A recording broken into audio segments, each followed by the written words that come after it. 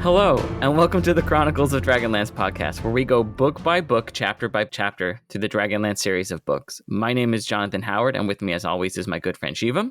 Hello. And today we are picking up where we left off last month in chapter 3 of book 2 of Dragons of Winternight, The Speaker of the Suns, Laurana's Decision. As you remember from our last episode, Laurana and her set of the companions had made their way to southern Urgoth, where they were captured by refugee Sylvanesti elves. Gilthanas was injured. They met a Kaganesti elf to heal her, and they are on their way to be returned to her father and her brother. And that's where this chapter opens up. Yeah, so we're opened up to have the POV of the Speaker of the Suns, Solastaran, who is basically been running his kingdom in exile here. And we're given a really good glimpse of what the difference between like the civilized elves, as it were, and the Kaganesi elves is, in that like in the way this paragraph works. Like the Speaker of the Suns, leader of the Qualinesti elves, sat in a crude shelter of wood and mud that the Kaganesi elves had built for a domicile. He considered it crude. The Kaganesi had considered it a marvelously large and well-crafted dwelling suitable for 5 or 6 families. They had, in fact, intended it as such and were shocked when the speaker decided it was barely adequate for his needs and moved in with his wife alone. The thing is, like, the Kaganesi didn't necessarily understand, because their government type doesn't work in a monarchy, is that the speaker's house effectively became the equivalent of, like, the White House, right? It's like, it's not just his living quarters, but it's also the head of state. It's like, he's got the meeting room for all the houses, the heads of the houses to come, the ceremonial guards. He's got a whole functioning palace built in this area. Yeah, it's the seat of government, so it's not just him living there. Yeah. It's all the functions of the Qualinesti kingdom in refugee. Exactly. We see here that the speaker, he's going through his daily routine. He's got his scribe and he's doing his government. But we also discover that he's become much older looking, much more frail, much less happy, because, you know, his second son, he sent off on a suicidal mission and has never seen him again, Gilthanas. And of course, his most beloved daughter ran off with her half-human lover, and now he's just not gotten over it. He's like, how could this dishonor have fallen on my family? Everything is bad. Life sucks. Everyone in this chapter, the entire nation of Qualinost, assumes the worst about Laurana. Oh, 100%. The princess they supposedly loved and held up as the pinnacle of elven youth. How could she betray them like this? It's upsetting to me.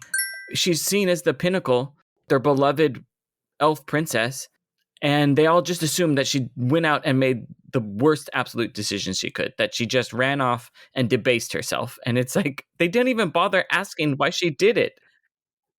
It's like, you were the chosen one. You see this in a lot of like kind of conservative family structures of like, how dare, like, I had a plan for you, daughter, and you left and ran off with your boyfriend, and you've now dishonored our whole family forever. We'll never recover from this. How could you? I thought I had raised you better than this. All of those type of very standard dad lines that you can expect from like grumpy old dad being like, but I had given her everything she wanted. All she had to do was marry the guy I asked her to do, and like live the exact life of a proscribed noble elf lady. Not like what is this freedom beat 'em nonsense? Come on, like, what are you doing? I can't believe I never raised you to think for yourself. How dare you? Right, exactly. It's just, plus all the rumors and stuff of what's going on here. Like, you see this in every story, and like, just like, I mean, this is human history. This is human behavior, right? Like, there's always a king who's like, oh no, my daughter went and thought for herself, and now everything is bad. Solastaran here, he is like so distraught at the loss of Gilthanas and Laurana that he's kind of like starting to disengage from governing and leaving it to his son Porthios, who is the oldest and, you know, the eldest born and heir presumptuous of the Qualinesti. Porthios is much more aggro, much more angry. He's like setting up to be like, look, the Kaganesti are beneath our notice and the Sylvanesti need to die. So he's already setting up this very hostile kind of like confrontation. Yeah, Laurana's flight quenched the light of the sun for her father. Fortunately, the need to lead his people gave him the strength to carry on. But there were times when the speaker asked what was the use. He could retire, turn the throne over to his oldest son. Portheos ran almost everything anyway, deferring to his father in all that was proper, but making most decisions himself. The young elf lord, serious beyond his years, was proving an excellent leader, although some considered him too harsh in his feelings with the Silvanesti and the Kaganesti. The speaker was among those, which was the main reason he did not turn things over to Portheos. That's not a good sign. Even in front of the person who will give you the job, thinks that you're maybe a little too rough.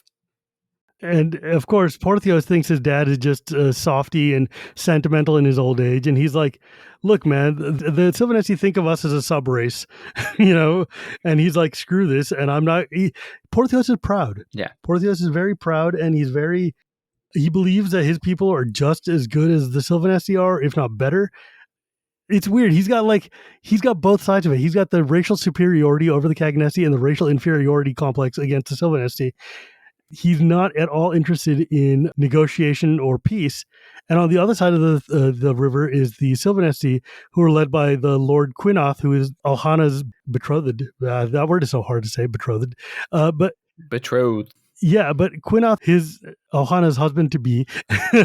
And he is also a stiff-necked Silvanesti who's just like, hate you, hate this, hate everybody. Yeah. So him and Portheos basically come to an agreement where they split the southern part of southern Urgoth into two realms, separated by God to be the homes of the Silvanesti and Qualinesti in perpetuity.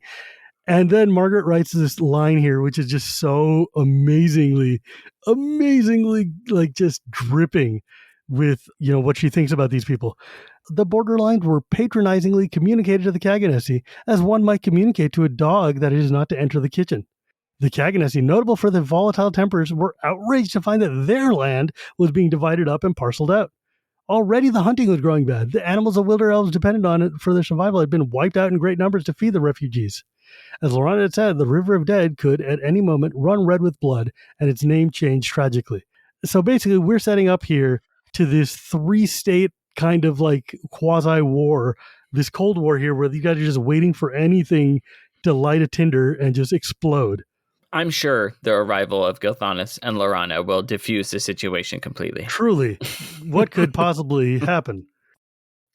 So that's the situation when Laurana and Gilthanas come home. And when they arrive, it's a huge party. Everyone hails Gilthanas' return. Oh, I thought you were dead and now you're back, and the biggest party we can have. And Laurana's homecoming's not quite as easy. She's basically ignored the entire time and just treated as an outsider. Like, she's treated the same way they're treating Sturm and Taz, Flint, and Derek. She's like, what is going on? You get this whole idea of just like the entire community. And of course, the surviving elves who live here, there's a very small number of them, right? Like, this is not exactly like a huge community here. But basically, all of them are looking at her and going like, oh, the Hussey's back, I see. And it's like, these guys are all just gossiping old maidens who are just like, they've already prejudged and made a decision, and there's no amount of anything that will make them stop. It is wild. They get up into this huge argument because of the fact that, effectively the incident begins at the feast, right? Like, so they're having the feast and Solasarn turns to Gilthanas and is like, you'll find that our lives are much different from Qualinesti, but you'll become accustomed to it. And then he turns to Laurana and he's like, I'd be happy to have you back in your old place as my scribe, but I know you'll be busy with other things around the house. And Laurana's like, I beg the hell your pardon? She's like saying like, we discovered the dragon orb and we're going to take it to Sancris. And Solasarn's like, you have no idea what you're talking about, Laurana. The dragon orb's a great prize, and it is entirely out of the question for you to take it away. Derek is like, wait a second, it's not yours. We got it. Like, I'm taking it back in order. You have no right to stop me. And the speaker's like, I beg, haven't I? My son brought it back to my kingdom. We claim it by right. And suddenly Gilthanas is like, wait, I never said that, Dad. Yeah, and Portheos is like, shut your goddamn mouth. And Gilthanas, in fact, shuts his goddamn mouth. And Flint's like, well, it's Laurana's. And then the speaker's like, if it's hers, then it's mine by right, because she's not of age. What is hers is mine, since I am her father. That is elven law and dwarven law, too, if I'm not mistaken. And Flint is like, obviously just stuffed, and sit down. This is the best part, though, because as always, Taz. Taz is not picking up on the subtext here. And he's like, oh, yeah. Isn't that odd? Remarked the Kender cheerfully, having missed the serious portent of the conversation. According to Kender law, if there is a Kender law, everybody sort of owns everything. This was quite true. The Kender's casual attitude toward the possessions of others extended to their own.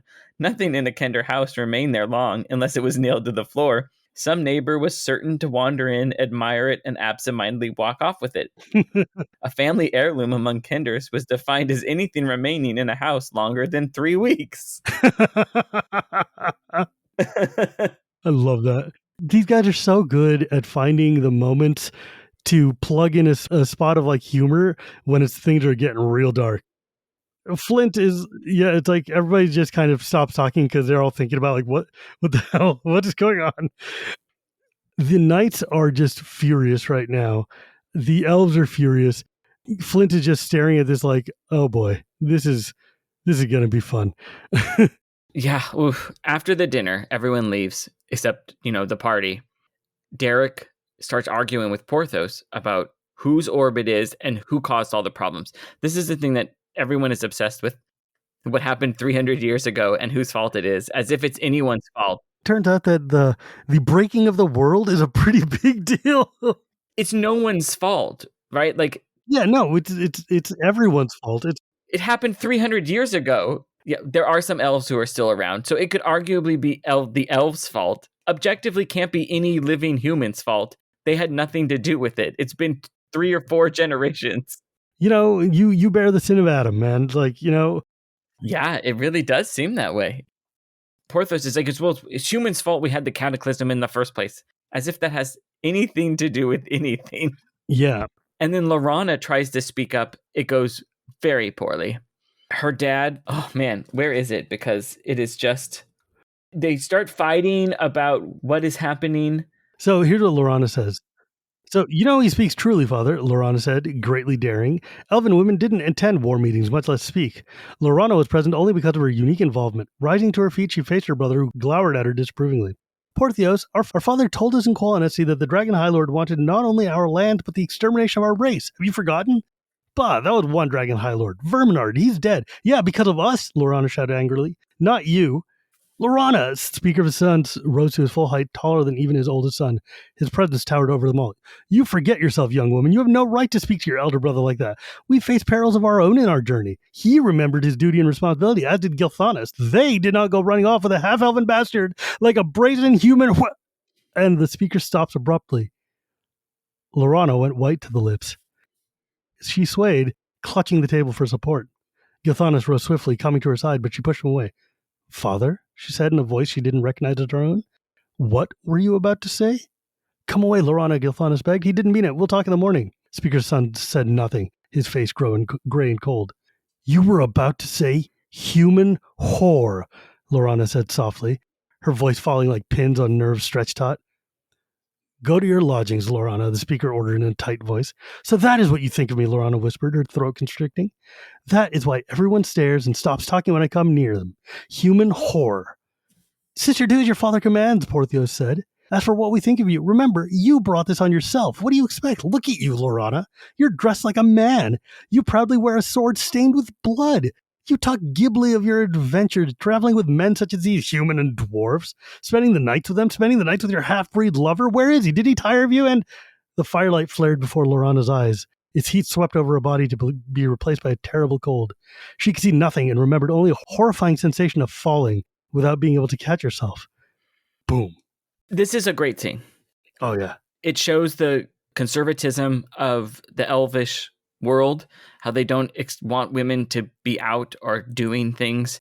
Her father and her older brother are unwilling to accept that she is a leader. Oh, that she has agency. That she is doing things, that she has agency. And the only thing that bothers me is that she passes out. It's very not Laurana. However, it's not Laurana that we've seen as like the independent self-leader, but when she goes back to the family dynamic and she's with the people that she loves, that she basically cares for more than anybody on the planet, whose opinions matter to her more than anything, to hear them call her basically a slut is like enough to completely destabilize her. Because remember, the only anchors that Laurana had were like Elistan, Tanis, and her family. Elistan has been like here, but Tanis has gone off the other side, and being able to reunite with her family, she was hoping for like this glorious reunification. She has come home triumphant.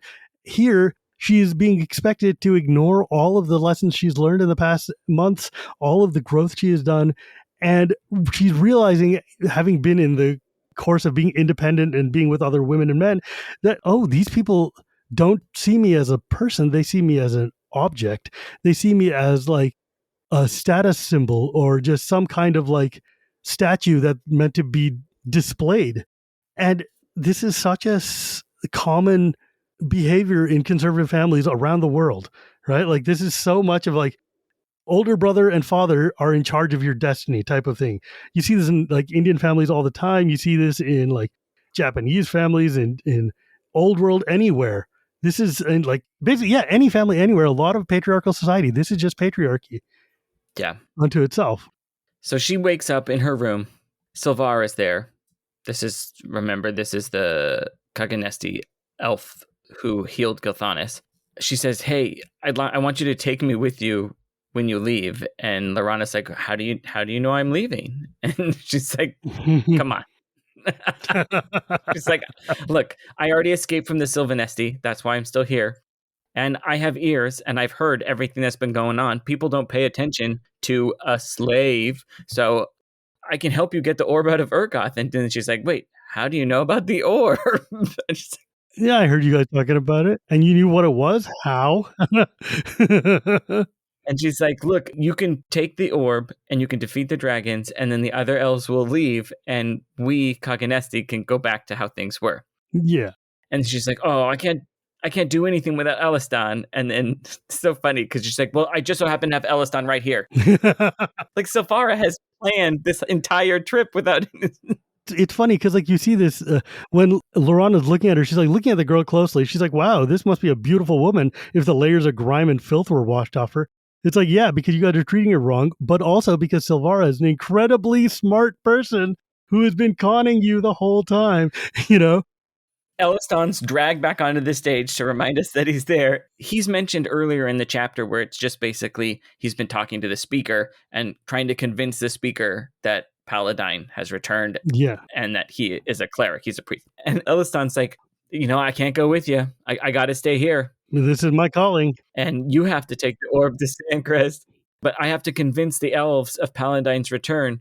But I trust you. You got this. Yeah. 2 thumbs up, and then he disappears again. There's like 2 layers here that just both of them are very funny. One is like, first off, Margaret hates writing Elistan. She hates having him as a character. She hates having to think about him. And this is the perfect excuse to just shunt him off screen and never think about him again. And just be like, okay, buddy. And Elistan is sitting here is like, okay, look, I've been brought back the head cleric of Paladine. I've been charged with being his messenger in the world to bring the word of the gods. I'm sure Tracy probably had a much bigger plan for Elistan than, and Margaret was like, yeah, I don't care. Don't like him, don't care, don't need him. He's like, oh, look, here's Paladine's people, his children, the true elves. I can bring them back to Paladine and restart my mission and bring his word back to the people. In world, it totally makes sense. Because he's like, look, if I convince the speaker and I convince the elves to come back to Paladine, it will greatly aid in bringing back the message, right? Bringing back the word, the people.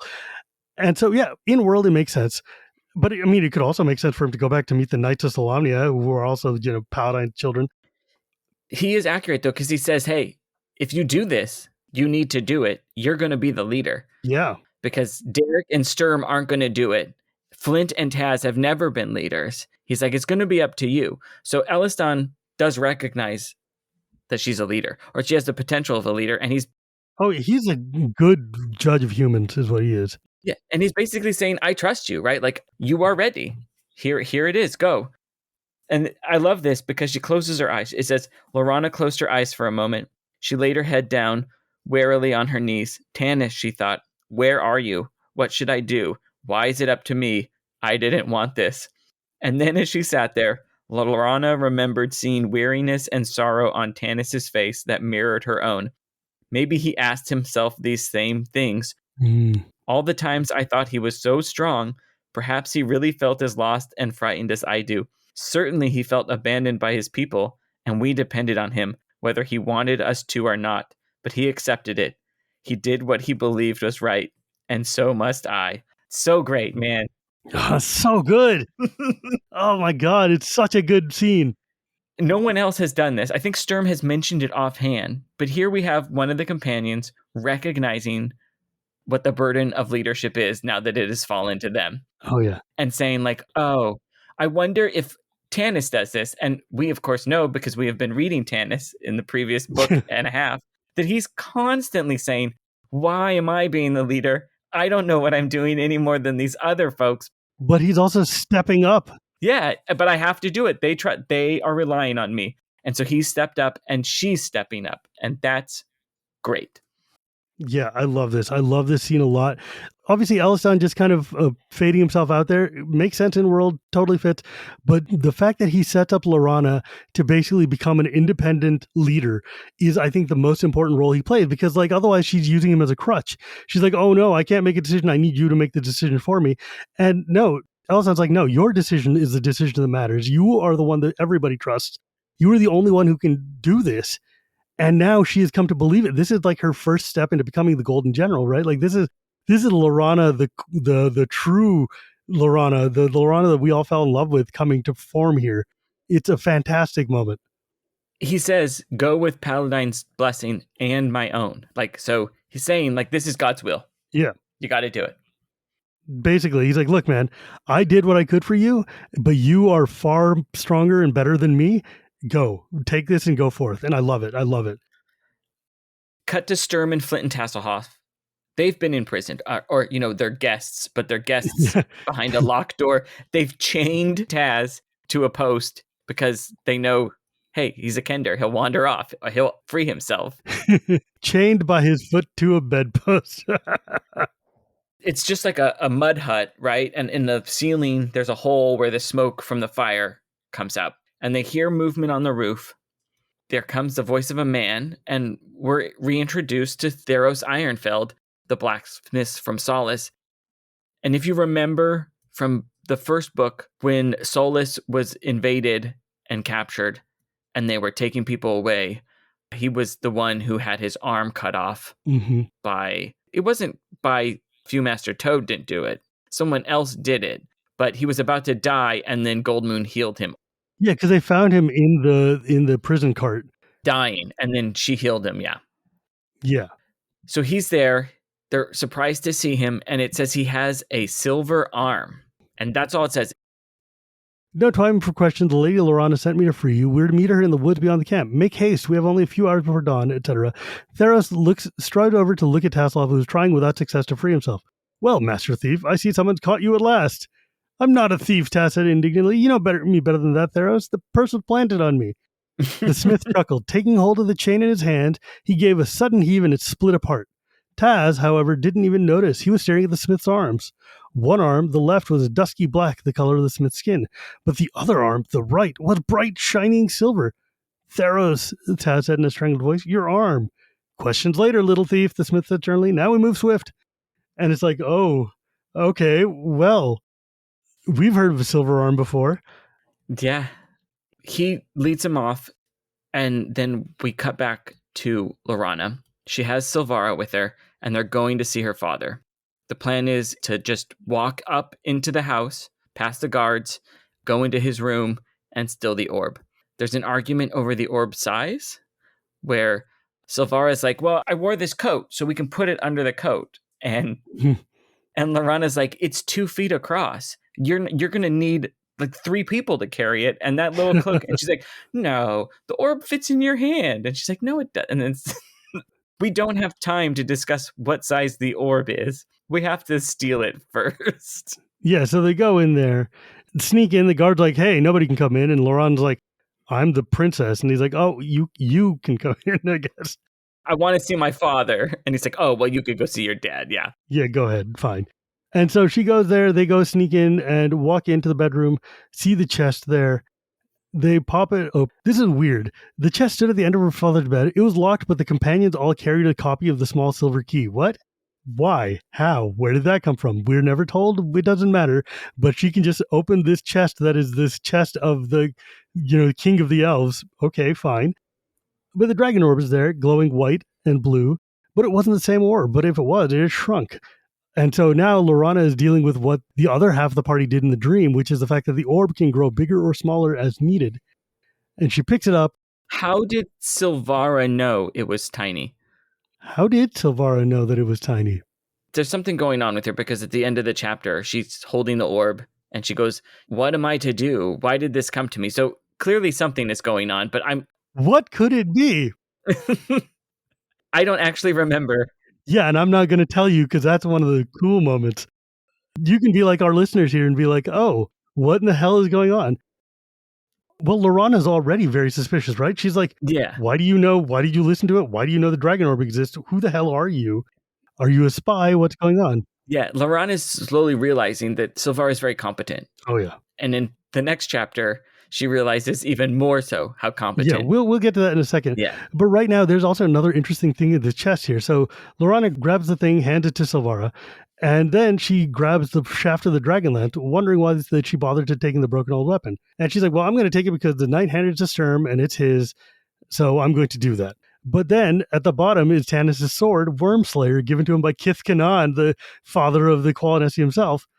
And she's like, well, I can't carry both, so I'm going to grab Tanis' sword. And Silvara's like, oh, hell no. You got to take the Dragonlance. You can't not take the Dragonlance. Yeah. She doesn't even think about it. Laurana stops and she's shocked, but she doesn't not listen. Because, sometimes when someone yells an instruction at you and you're in state, you just immediately listen automatically. So Laurana just puts the sword down. It's a high stress situation, so she's kind of just reacting. You don't have time to sit there and argue. Yeah, she just takes it. She takes the lance, closes the chest, leaving the sword inside, and thou taking a magic item out of play so that the storytellers don't need to worry about it anymore. Her dad wakes up and she's like, oh, I just came to apologize, Father. Go back to sleep. And he goes back to sleep.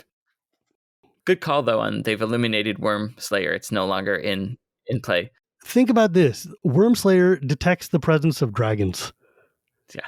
So that makes it very hard for them to sneak up. Annoyingly so. Yeah, it's not like it glows. It will become very apparent why we needed to get rid of that soon enough. And they hear a human voice call out in Elven. Theros and Gilthanas have a moment together because they were actually friends. And they're like, what the hell? You have 2 arms. The Draconians cut off your arm. You would have died. And Theros like, do you remember that pig of a few master told me? The only way you'll get a new arm, Smith, is to forge it yourself. Well, I did just that. The story of my adventures to find the silver arm I wear is a long one, and not for telling now, another voice said. So basically, we are meant to just let it go. We get Theros' story later, but Theros also notably one of 2 black characters in all of Dragonlance, or at least in all of the first core Dragonlance books, because some fantasy stuff just takes a long time to change. These days, if we were doing it again, it's wild. Laurana, when she's introduced as having nut brown wood elven skin. She is a black woman, but over time, because of the artwork that was done by Elmore and friends, she basically became the paragon of Aryan beauty over here. Yeah, all the Qualinesti are people of color. Yeah. Except the art direction overtook the words of the text. Yeah, and because the art was so iconic and so good, it just overcame any kind of textual evidence here. If we were going to redo Dragonlance, I think that they would probably make it more realistic to the text, and people would get real mad about it. Oh yeah, geez. Gilthanas asks Laurana to reconsider. He's like, "Hey, I'm not going to betray you. Please don't do this. It's going to create problems." And she's like, "No, I have to do it." She's like, "What are you going to do?" And he's like, "I'm not going to betray you." He's like, "In fact, I have to join you because if I stay, Portheos is always going to think I helped you guys anyway. Yep. Better to just keep doing what we've been doing. I'm going to keep protecting you. If they're going to blame me for this, I might as well do it anyways, right?" Also, there's this cute girl. I just met her. I kind of want to get her digits. Want to learn a little more about that. So I think I'm going to follow along." And with that, they go into the forest. And as I mentioned a couple minutes ago, the chapter ends here. Silvara, carrying the dragon orb, felt the cold crystal grow warm as she held it near her body, felt it stir and pulse with life. What am I to do? She whispered to herself distractedly in Kaganesti, stumbling almost blindly through the darkness. This came to me. Why? I don't understand. What am I to do? Indeed, Silvara. What are you to do? What came to you? And how are we going to deal with this? Also, Kaganesi have very good night vision. You can tell how messed up she is because she is stumbling in the dark.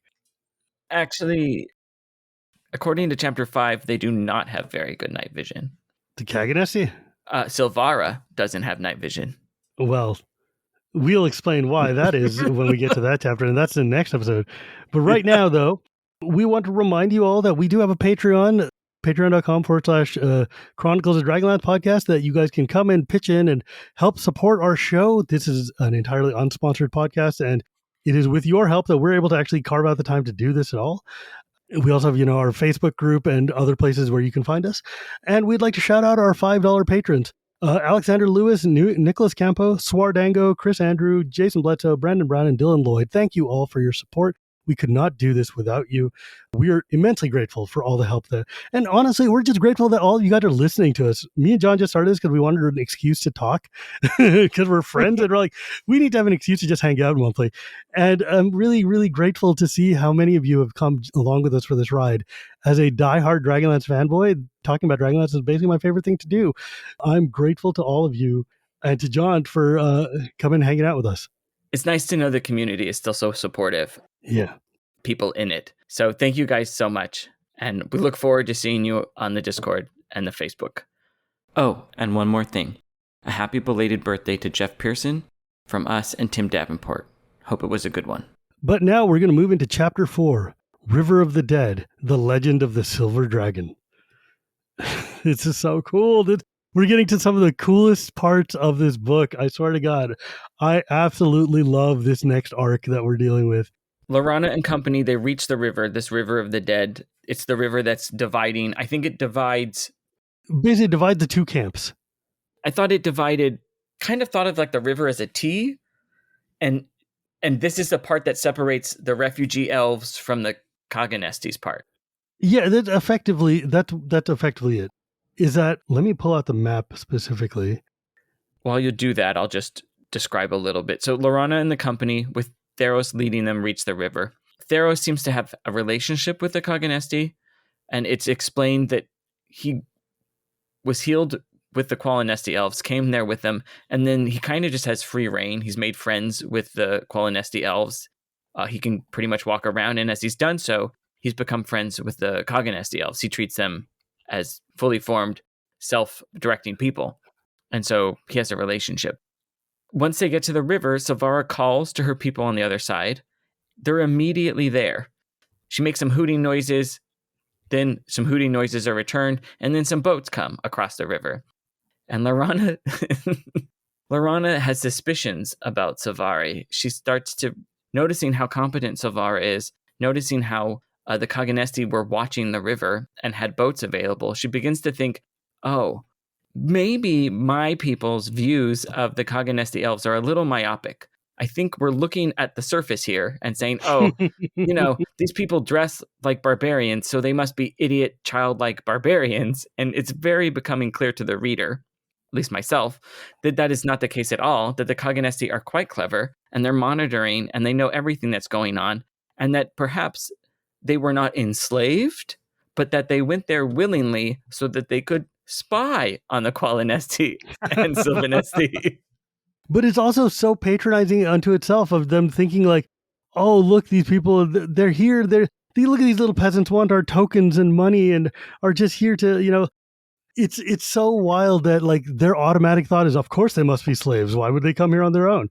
But no, these guys are just looking at these random colonizers who've shown up on their land, and they're like, no, we got to figure out what's up with these people and make sure that they don't destroy us. It's pretty satisfying, that moment of just Laurana like having her ignorance left away. But Theros, though, is like, you know what? You have no idea what hardship your people are causing these wild ones, shooting their game or driving it away, enslaving the young with gold, silver, and steel. I've showed them how to forge hunting weapons and tools, but Theros says that, but I think he's also being a little patronizing. The Kaganesi know how to forge weapons and tools. they're just like humoring this guy, and they like him because he's got the silver arm. And he's helping them out. So it's like, all right, fine. But he's also got that kind of patronizing look, right? Yeah, because they just assume that these elves don't know how to do it. And it's like, no, they chose to live this way. Yeah. If they wanted to do it, they could do it. Or they could just join modern life. They have chosen this kind of primitive existence for a reason. It's not that they're ignorant. It's not that they don't know. They are elves. They live for a very long time too. They know exactly what's going on in the rest of the world. And they just say, that's not the world I want to live in. Yeah. So we're going to live here. Silvara and Gilthanas continue to bat their eyelashes at each other. To go back for a second, the river, you're right. It's kind of like a Y shape. Okay. The Thonthalos comes down there, and on the right side of the river is the Qualamori, where the Qualinesti refugees are. On the left side is the Silvermori, and between the two, in the kind of the intersection of the V, is like the Kaganesti lands and the Glade, and kind of where their heartland is. Yeah. But like as far as they're concerned, this whole area is their heartland. Yeah. And there just happens to be these refugees who are living there. Horns blow. Their escape's been discovered. So they quickly board onto the boats and they're carried downstream. Again, Loranes realizing that as I said, the Kaganesti are not as dim as everyone suspects, and perhaps the slaves are really spies. I think Sturm asks, it's Sturm or Taz asks, hey, how come this is called the River of the Dead? Flint asks. Oh, Flint asks. And it's very quickly, they said, oh, well, keep rowing, right? Because they're all having to row. And you'll see a funeral barge passes by. Actually, though, one thing before we go, there's one world note here that just makes me laugh a little. Because, like, when the Kaganesti are driving the boats, they're chatting away in their strange, uncouth version of Elven, which Laurana had difficulty following. Which is funny to me because Kaganesti, it's Proto-Elven. It is Proto-Sylvanesti and Proto-Qualinesti. These guys are speaking the corrupted version of Kaganesti, which is as close to the true Elven language as you can get. I mean, it's still got 3,000 years of drift the way that other languages do. So it's not like pure, but it's definitely closer to the source than the languages that the Sylvanesti and Qualinesti speak. And so it's funny to see Laurana going like, what is this strange babbling you guys are doing? And they're going like, look at her speaking with all these human words. So they see this barge, and it's got a body on it, and we learned that the Kaganesti bury their dead out to the sea. They basically put them on these barges, and then the river takes them out into the ocean, and then whatever happens, happens. On the barge, they see a shield. They recognize that it's a draconian shield. I don't know how they recognize that it's a draconian shield. I figure a shield is a shield, but maybe... Well, I mean, when you look at a shield, it's got paintings on it. Yeah. It'll probably have like the imagery of the Dark Queen, but it's also, shields have shapes. Like you could see if you fought against a dragon army the way they did, and they spent time and fought against a lot of draconians, I'm guessing the Queen Takhisis has like a foundry that's just punching them out in the same shape over and over again to make them look like the army, right? That seemed to be pretty easy to. However, they know it is a. Oh, recognizing the foul symbol traced on the shield. Okay, so yeah. She looks, it's the Dark Queen symbol. So yeah, that's a draconian shield. And so now they know that it shouldn't be a real surprise that the Draconians are in southern Urgoth as they are everywhere. Yeah. Time passes. They're having to row up this river. And Taz notices that the water is full of silver. And he asks why. And Silvara says, oh, there's a legend among our people about Huma, but it's just a story that we tell each other. Both Sturm because he is in love with Huma, and Gilthanas because he is falling in love with Silvara. Like, no, please tell us. We're bored rowing. Please tell us. That is really funny. This story is actually, according to the Kaganesti, and she's like telling this ancient story of Huma traveling to the land. And he's seeing what the war is doing. How Takhisis' armies are basically just ruinating the world. We learn about the white stag that comes down gives Huma the path. And we saw the white stag in Autumn Twilight. And Sturm's like, yeah, Paladine answered his prayers and sent her the stag, but we don't know where he went after that. And Silvara's like, we know, because the stag led Huma, after many trials and dangers, to a quiet grove here in the land of Urgoth. In the grove, he met a beautiful woman who eased his pain, and Huma fell in love with her, and she fell in love with him. And they refused their pledges of love for many months. And then finally, they fell in love with each other and whatever. The woman had a dark secret. She said, well, before we can love each other, you have to know I was born a dragon, a silver dragon. And she turned into it and he saw it. And Huma, I guess, is a furry because he still loved the dragon. Scaly. Yeah. Well, he's like, look, dude, it doesn't matter what you look like. You can look like whatever you want to look like. Yeah. Love is love. You're still the same person. They ask Paladine, or she asks Paladine to just make her immortal so that she could be with Huma. She said, I'll give up all my magic. I'll give up my however long dragons live. I just want to be with Huma. And Paladine says, I'll grant you your wish. But before I grant it, I want you to know what the future will be like if we go one way and if we go the other. And he says, if you stay a dragon, Huma will get the dragon lances and the evil dragons will be defeated. If you become mortal, you and Huma will be together and you'll live happily ever after, but the dragons will be here forever. Like, there will always be evil dragons. They won't affect you, but the rest of the world. And Huma says, oh, I'm okay with that. I'll give up all of it for you. The silver dragon, though, like, looks in his eyes and she knows, like, oh, that's too much to ask him to sacrifice. Yeah. Because he will give it all up, but he will be miserable his whole life because what he really wants to do is protect people. And so she says, no, I'm not going to do it. It costs too much. I won't allow the evil dragons to remain. And the silver in the river are the tears that she shed when they made that decision. And that's the story. Yeah, I love this story. It's cool. It's an amazing story. And it's also like one of the core stories of Dragonlance. It's also a story that Margaret and Tracy liked so much that they revisit it in the trilogy that I'm working on with them. It's wild because this Legend of Huma is one of the core fundamental ideals of Dragonlance. It's like they're self-sacrificing. They're willing to give up everything in order to do the greater good, even their own personal happiness. That's this huge, like, choice you have to make. Is like, are you going to feed your own ego or are you going to do what's best for society? And a lot of the choices in these books are that choice writ small, right? And one of the things I found really interesting is also the kind of the folkloric way this story is told, which is like, it's so old and so long ago that Paladine is still walking and talking to mortals, and the silver dragon that Huma falls in love with, Heart, is such an early generation of dragon that she can just speak to Paladine at will. And Huma is such a devout and glorious knight that he can also speak and converse to Paladine, even though Paladine has not directly interfaced with the Knights of Solamnia since Venus Solamnis created it, right? Like, so this notion of, it gives you this sensation of like, oh yeah, the god, it's told like the way we would tell a folklore story today. Like, yeah, or like the early part of the Bible when Moses or when Abraham and God are just hanging out and chatting with each other, it adds this extra folkloric tinge to it. But the real truth is this is actually what happened. So it's also just adding more veracity to like Paladine's story in general. It's cool. I think this is a really neat kind of way of telling a story. And of course, Taz is just like, nice story, kind of sad. Did Huma come back? Does the story have a happy ending? And Storm's like, no. He died in battle, defeating the leader of the dragons and sustained a mortal wound. So, no. I have questions. They point at it pretty directly. They say, he died, rode to battle on a silver dragon. He died there. And then also a silver dragon gave him the lance handle. Yeah. Is the implication that that's Huma in the ice? I thought like Huma had a tomb and everything, but they're implying it here. Yeah, they're making that connection, but it's not true. The thing is, there were a lot of silver dragons who fought in the war. Yeah. And they're all like, the knights who had, like, that dragon lance that was given to him was just a lance. It wasn't Huma's dragon lance. Okay. It's less about the knight in the wall being Huma and more about a knight on a silver dragon is also what Huma was. So maybe this is good after all. Maybe this is a legitimate, like, this is reinforcing that we saw this knight with a silver dragon. There's this ancient story about a knight with a silver dragon. Maybe knights rode silver dragons.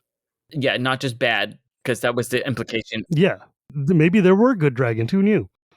Okay. That makes sense. Yeah, and so far as like, I don't know anything about no silver dragon, and I don't know anything about Huma. He was just a human. We only tell this legend because it's about the river. Yeah. And I'm like, fair. Reasonable little dodge there. I love this at the end, though. It's so good because she tells the story and then they're kind of talking about it. And like, oh, it's just... And at this point, one of the Cognesti pointed at Gilthanas and said something sharply to Silvara. Gilthanas looked to her, not understanding. The elf maid smiled. He asks if you are too grand an elf lord to paddle, because if you are, he will allow your lordship to swim. The other elves are like, get off your lazy ass, buddy, and paddle. Look here, Mr. Noble King guy. You got 2 hands. Here's a paddle, buddy. In this boat, we all paddle. Yeah. By the end of the day, even Tasselhoff was paddling again because it's a long, slow, and tiring journey. And they're like, get it. No, you don't get to sit. Yeah. That's none of that. So good. So they make camp at night. They're being pursued. They know that. The Kaganesti tell them that the forest has become infested with draconians. Mm-hmm. Laurana asks if the Kaganesti can stop the Qualinesti from pursuing them. And it's like, yeah, maybe we could slow them down, but I don't think we could stop you. Also, the elders might offer to help catch you. We don't know, right? Like, they're kind of doing this without the permission of their elders, but they're saying, hey, if the Qualinesti make an official, asks, our elders might just be like, sure, we don't care who these people are. The Kaganesti haven't been treated right by anybody. They're not particularly enamored by you guys. But it's interesting. We do get this other deep racism note here where it's like Laurana's looking at this guy and she's like, he was a wild, savage looking creature. Laurana could see how her people thought them one step removed from animals. His face revealed traces of a distant human ancestry. Though he had no beard, the elven blood ran too purely in the veins of Kaganesti to allow that. The elf reminded Laurana vividly of Tanis with his quick, decisive way of speaking, his strong, muscular build, and emphatic gestures. Yeah, it's like, okay, dude, you're just actually racist. You're actually just straight racist is what you are. Why does that have to be a trait? Can't elves just look different? Like the Kaganesti didn't necessarily, I mean, the Qualinesti mixed with humans just as much as the Kaganesti did, but the Kaganesti mainly stuck to themselves. And I mean, yeah, they mixed with druids and stuff when they moved out here, but they're still elves and they still have that kind of elven superiority complex. Somewhat. Yeah. But it's wild that Laurana's innate raising or upbringing doesn't allow her to see these people as elves equal to her, no matter how much she's trying. She's got a lot of work to do on herself to break herself of these, hundreds of years of habits. Well, and Theros points that out because they're having the conversation and he's like, the only reason these guys are helping us is because Silvara and Theros, have done them some favors, but the actual Kaganesti leadership, they might come after you. And then Laurana looks over at her brother and Theros is like, hey, it looks jealousy isn't a thing I think I'd see here, especially considering what you did. You ran off. You abandoned all your stuff. To become the lover of my friend Tanis, the half-elf. She's like, wait, we weren't lovers, but also I get what you're saying. I swear to you, I'm not racist, Theros. I'm just deeply suspicious of people who like my brother, is basically what you're... And then Theros is disappointed, and then Laurana's like, no, I'm going to trust my feelings. There's something about this Silvara that's just not, I'm not racist. Something hinky's going on. That's how the chapter ends. She would keep an eye on Silvara. Yeah, you do that. You keep that eye on her. She's definitely got a little bit of the Karen in her right now. It's just a little bit of it's not that she's falling for my bro. It's yeah, something indefinable. She's very competent. She seems to know things that I don't think she should know. So, but it's not racism. Oh, Laurana. Next month, we'll pick up chapter 5, where we're going to learn a lot more about Silvara, I think. Well, we're going to learn a lot more about Silvara. In the meantime, thank you so much for joining us. Thank you for listening. You can find our Blue Sky accounts, our Facebook group, Discord link. All that stuff is now in the show notes. It'll be in the show notes from now on. So thank you so much. Thanks for joining me, Shivam. And we'll see you next time. Bye-bye.